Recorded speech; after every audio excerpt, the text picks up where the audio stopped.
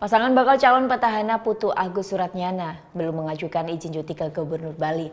Jika izin cuti belum diajukan ke KPUD pada saat penetapan pasangan calon, maka akan terancam didiskualifikasi.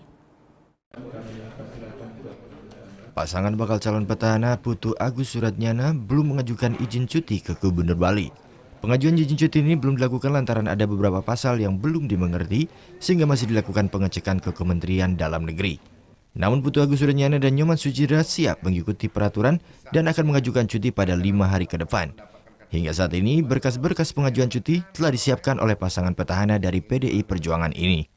Saya sudah utus hari ini berangkat ASN 1 untuk berdiskusi dengan bagian hukum Permendagri. Yang jelas permennya belum ditandatangani, masih draftnya aja. Jadi biar jelas semua nanti saya akan ajukan izinnya karena saya rasa nggak lama, masih tanggal 26 masih ada waktu.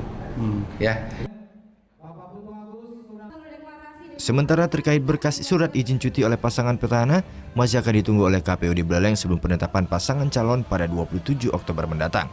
Jika yang bersangkutan tidak menyerahkan surat cuti, maka terancam didiskualifikasi. Yang jelas KPU akan menunggu penyerahan dokumen surat izin cuti yang sudah dipegang oleh bakal pasangan calon yang berstatus petahana paling lambat sebelum masa kampanye dimulai atau tanggal 27 Oktober tahun 2016.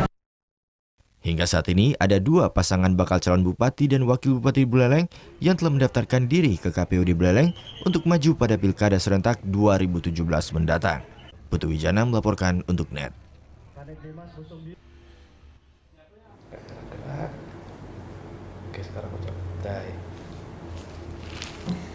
Udah selesai kan nontonnya? Nah, jadi jangan lupa buat like, komen, dan subscribe ya.